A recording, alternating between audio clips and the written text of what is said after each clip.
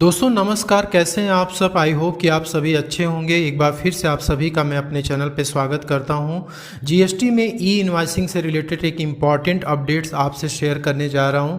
दोस्तों जीएसटी के ई इनवॉइसिंग की लिमिट में काफ़ी चेंजेस किए गए हैं। जो नोटिफिकेशन नंबर 10/2023 के अनुसार यदि आपका फाइनेंशियल ईयर 17-18 से लेकर के यदि किसी भी प्रीसीडिंग ईयर में यदि आपका टर्नओवर 5 करोड़ के ऊपर एक्सीड करता है तो आपको 1 अगस्त 2023 से ई इनवॉइसिंग जो है मैंडेटरी जनरेट करना पड़ेगा। यहाँ पे हम देख सकते हैं कि केस 1 में आप देखिए एग्रीगेट टर्नओवर करोड़ में दिया गया है और 17-18 से लेकर के लेट सपोर्ट की 23-24, तो इसमें आप देख सकते हैं कि यहाँ पे 1920 में जो टर्नओवर है वो 5 करोड़ से ऊपर क्रॉस किया है।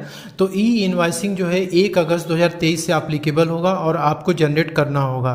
ऐसा कोई ज़रूरी नहीं कि आपको करंट फाइनेंशियल ईयर में ही आपका टर्नओवर जो है 5 करोड़ के ऊपर क्रॉस करेगा तभी आपको ई इनवॉइसिंग एप्लीकेबल होगा, ऐसा नहीं है।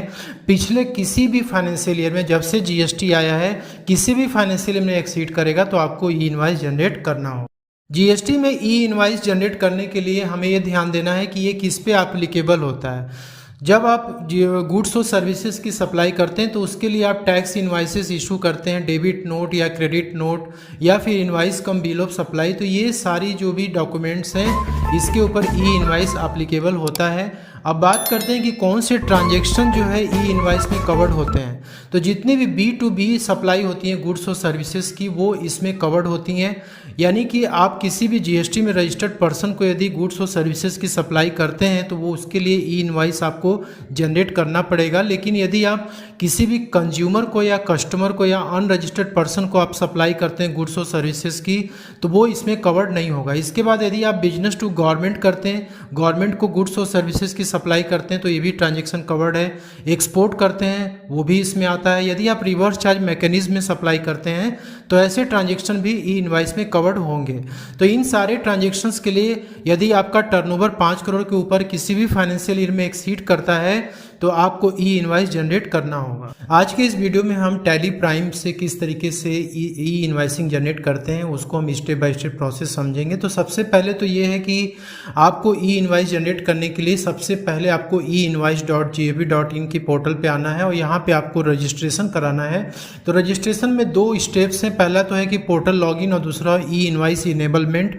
तो सबसे पहले आपको पोर्टल लॉगिन पे क्लिक करना है और यहाँ पे आपको अपना जीएसटी नंबर इंटर करना है और यहाँ पे आपको कैप्चा कोड इंटर करके आपको गो पे क्लिक करना है। इसके बाद आपके जीएसटी नंबर पे जो भी डिटेल्स होगी, आपका नेम और आपका ट्रेड नेम और यहाँ पे मेल आईडी, मोबाइल नंबर, ये सारी डिटेल्स यहाँ पे आ जाएगी। यदि इस डिटेल में कोई चेंजेस है, जैसे आपका मेल आईडी, मोबाइल नंबर में कुछ चेंजेस हुआ है तो सबसे पहले तो आपको अपडेट करना होगा जीएसटी पोर्टल पे। इसके बाद आपको यहाँ पे क्लिक करना होगा update from GST common portal. तो यहाँ से जब आप अपडेट करेंगे तो यहाँ पे आपकी जो डाटा है वो सेव हो जाएगा।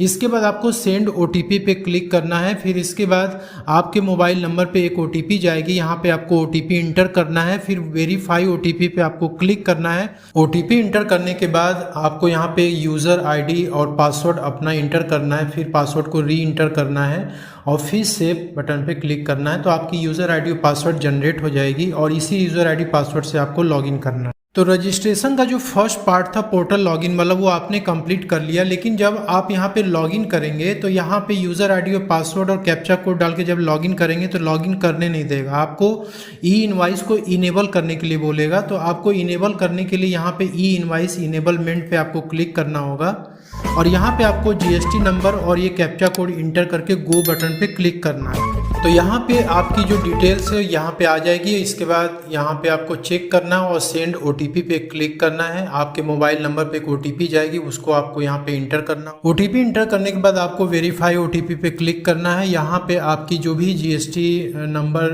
पैन से रजिस्टर्ड है जीएसटी पोर्टल पे वो सारी जीएसटी नंबर यहाँ पे आ जाएगी। क्योंकि ई इनवॉइसिंग में आपके ऑल ओवर इंडिया जिस आपके पैन पे जितने भी बिजनेसेस रजिस्टर्ड होंगे वो सारी डिटेल्स यहाँ पे आ जाएगी। इसके बाद यहाँ पे आपको एनुअल एग्रीगेट टर्नओवर यहाँ से सेलेक्ट करना है किस फाइनेंशियल ईयर में आपका कितना था। तो यहाँ देखिए 17-18 से लेके 22-23 तक का फाइनेंशियल ईयर है। इसमें यदि किसी भी फाइनेंशियल ईयर में आपका इन बिजनेसेस से आपका जो एग्रीगेट टर्नओवर 5 करोड़ के ऊपर यदि है तो आपको यहाँ पे एंटर करना होगा, फिर आपको सबमिट बटन पे क्लिक करना है। तो ये आपका जो इनेबलमेंट वाला जो फॉर्म है ये आपका कंप्लीट हो जाएगा। अब आपको अगेन जीएसटी पोर्टल पे आना है और यहाँ पे आपको लॉगिन करना है और यहाँ पे यूज़र नेम और पासवर्ड और कैप्चा कोड इंटर करना है। यूज़र नेम और पासवर्ड जो आपने रजिस्ट्रेशन करते टाइम डाला था वही इंटर करना है, फिर आपको लॉगिन बटन पे क्लिक कर देना है। हमने ये डैशबोर्ड ओपन होकर के आ जाता है और यहाँ पे यदि आप टैली प्राइम में अपना ई इनवाइस जनरेट करने जा रहे हैं तो उस केस में आपको यहाँ पे यूज़र क्रीडेंशियल पे आना है और यहाँ पे आपको क्रिएट एपीआई यूज़र पे आपको क्लिक करना है। इसके बाद यहाँ पे एपीआई का रजिस्ट्रेशन कराने के लिए आपको मोबाइल नंबर पे एक ओटीपी जाएगी, वो ओटीपी नंबर आपको यहाँ पे इंटर करना है, फिर आपको वेरीफाई ओटीपी पे क्लिक करना है। इसके बाद आप जैसे यहाँ पे देखेंगे तो आपके सामने की स्क्रीन ये एपीआई रजिस्ट्रेशन थ्रू जीएसपी करके यहाँ पे आएगा और यहाँ पे आपको थ्रू जीएसपी पे आपको क्लिक करना है और यहाँ पे यदि आप टैली, जोहो या फिर बिजी सॉफ्टवेयर जिसके थ्रू भी आप अपना रजिस्ट्रेशन कराना चाहते हैं वो यहाँ पे आपको सेलेक्ट करना होगा। तो हम यहाँ पे टैली इंडिया प्राइवेट लिमिटेड को सेलेक्ट करते हैं और यहाँ पे आपको यूज़र नेम एपीआई और अंडरस्कोर और यहाँ पे आपको यूज़र नेम अपने अकॉर्डिंग आपको इंटर करना है जो आप यूज़र नेम चाहते हैं और यहाँ पे आपको पासवर्ड इंटर करना है, री इंटर द पासवर्ड करना है, फिर आपको सबमिट बटन पे क्लिक कर देना है। यहाँ पे जो यूज़र आईडी और पासवर्ड आप जनरेट करेंगे इस पासवर्ड और यूज़र आईडी को आपको केयरफुली जो है संभाल के रखना है, क्योंकि जब आप टैली प्राइम सॉफ्टवेयर में अपना ई इनवाइस जनरेट करेंगे तो वहाँ पे आपको यही यूज़र आईडी और पासवर्ड इंटर करना होगा, तभी आपका ई इनवाइस जनरेट होगा। तो टैली प्राइम में ई इनवाइस जनरेट करने के लिए आपको टैली प्राइम ओपन कर लेना और यहाँ पे आपको कुछ इंपॉर्टेंट सेटिंग करनी होती है। उसके लिए आपको F11 प्रेस करना है। आपको यहाँ पे क्या करना है कि टैक्सेशन वाले ऑप्शन में आना है और यहाँ पे आपको enable goods and service tax यहाँ पे आपको यस करना है। यस करने के बाद आप यहाँ पे इंटर प्रेस करेंगे, तो जैसे ही इंटर प्रेस करेंगे तो आपके सामने ये वाला पेज ओपन होगा और यहाँ पे आपको आने के बाद यहाँ पे देखिए इनवाइस फीचर्स में आपको ई वे बिल की डिटेल भी आ रही है और ई इनवाइसिंग की भी आ रही है। तो आपको ई इनवाइसिंग वाले ऑप्शन पे आना है और यहाँ पे आपको यस करना है और एप्लीकेबल फ्रॉम में यहाँ पे मैंने डेमो के लिए आपको यहाँ पे मैं दिखा रहा हूँ, तो मैंने यहाँ पे 1 अगस्त 2023 किया। वैसे 1 अगस्त से ही एप्लीकेबल है, लेकिन आपके केस में जिस डेट से एप्लीकेबल होगा वो आपको डेट यहाँ पे एंटर करनी है। और बिल फ्रॉम प्लेस में आपको यहाँ पे जो भी आपकी सिटी होगी यानी प्रिंसिपल प्लेस ऑफ बिजनेस जो आपके जीएसटी रजिस्ट्रेशन में मेंशन होगा वो प्लेस आपको यहाँ पे इंटर करना है। यदि आप ई इनवाइसिंग के साथ साथ ई वे बिल भी जनरेट करना चाहते हैं तो आपको यहाँ पे यस करना होगा। इसके बाद फिर आप कंट्रोल ए से करके इसे एक्सेप्ट करा देंगे। आपको यहाँ पे आना है बाउचर पे और यहाँ पे आपको सेल्स वाला जो ऑप्शन है आपको यहाँ पे सेलेक्ट कर लेना है, क्योंकि हम सेल्स में एंट्री करने जा रहे हैं। ई इनवाइस हमारी जो जनरेट होगी सेल्स वाले बाउचर से ही होगी। तो यहाँ पे आपको यदि आप टैली प्राइम 3.0 यूज़ करें तो उसमें काफ़ी कुछ चेंजेस किए गए हैं। अभी ये पुराना वर्जन है हमारा, तो हम इसमें आपको करके दिखाएंगे। आपको सेम सिंपल प्रोसेस आपको 3.0 में भी फॉलो करना होगा। तो यहाँ पे आपको सिंपली जो है यहाँ पे बाउचर नंबर आपको इंटर करना है। जैसे यहाँ पे हम कोई भी बाउचर नंबर इंटर कर देते हैं और यहाँ पे आपको डेट सेलेक्ट करना है। जिस डेट को आपकी ये ई इनवाइस आप प्रिपेयर करने जा रहे हैं वो डेट आपको यहाँ पे इंटर करनी है। इसके बाद आपको यहाँ पे पार्टी नेम इंटर करना है। तो पार्टी नेम यदि आपने पहले से क्रिएट किया हुआ है तो आप पहले से भी क्रिएट किए हुए हैं तो आपको बस सिंपली यहाँ से सेलेक्ट कर लेना है। ठीक है, सेलेक्ट करने के बाद आपको यहाँ पे कंट्रोल ए करना है और यहाँ पे आपको ध्यान देना है कि बिल टू और कंसाइनी शिप टू में एड्रेस जो है बहुत ही प्रॉपर तरीके से आपको एंटर करनी है। और यहाँ पे स्टेट, कंट्री और पिन कोड, GSTIN नंबर और प्लेस ऑफ सप्लाई ये बहुत ही आपको ध्यानपूर्वक आपको इंटर करना है। और यहाँ पे कंसाइनी की डिटेल्स भी आपको उसी के अकॉर्डिंग आपको इंटर करनी है, क्योंकि बिल टू शिप टू के केस में कंसाइनी की डिटेल्स जो हो जाती है वो चेंज हो जाती है, इसलिए आपको यहाँ पे केयरफुली इन्फॉर्मेशन अपनी इंटर करनी है। इंटर करने के बाद आपको यहाँ पे कंट्रोल ए प्रेस करना है। और यहाँ पे मैं आपको बता देना चाहता हूँ कि यदि आपको क्रिएट करना है पार्टी का लेजर तो आप यहाँ पे सिंपली कंट्रोल इंटर प्रेस करेंगे और यहाँ पे आप आके देख सकते हैं कि यहाँ पे आपको पार्टी का नाम इंटर करना है और यहाँ पे आपको संडी डेप्टर सेलेक्ट करना है, maintain bill bye bill yes करना है। बाकी सारी डिटेल्स आपको यहाँ पे इंटर कर देनी है। पार्टी का GST नंबर, पैन नंबर आपको यहाँ पे इंटर करना है। इसके बाद आपको कंट्रोल ए पे क्लिक करना है, इसे सेव कर लेना है। ठीक है, और यहाँ पे आपको आने के बाद सेल्स अकाउंट आपको चेक करना है, सेल्स अकाउंट पे ही आपको यहाँ पे सेलेक्ट करना होगा। यदि आपको यहाँ पे लेजर क्रिएट करना है तो आप सिंपली यहाँ पे ऑल्ट सी प्रेस करके भी आप लेजर क्रिएट कर सकते हैं। वैसे हमें कंट्रोल इंटर प्रेस करेंगे, इसके बाद यहाँ पे आकर के सेल्स को हमने सेल्स अकाउंट में डाला हुआ है, यहाँ पे कंट्रोल ए प्रेस करेंगे और इसके बाद यहाँ पे नेम ऑफ आइटम इंटर करना, कौन सा आइटम हम सप्लाई कर रहे हैं। तो यहाँ पे यदि आपने स्टॉक मेंटेन किया हुआ, जैसे मान लीजिए कि हम यहाँ पे एक मोबाइल फ़ोन सेलेक्ट करते हैं और यहाँ पे हम यहाँ पे इंटर करते हैं मोबाइल फ़ोन। बेसिकली यहाँ पे आपको क्वांटिटी सेलेक्ट करनी है, क्या रेट में आप सप्लाई कर रहे हैं वो आपको यहाँ पे इंटर करना है पीसेस में, और यहाँ पे आपको इंटर बटन पे प्रेस कर देना है। तो यदि आपको मान लीजिए कि यहाँ पे आइटम सेलेक्ट करना है तो आप ऑल्ट सी करके भी कर सकते हैं।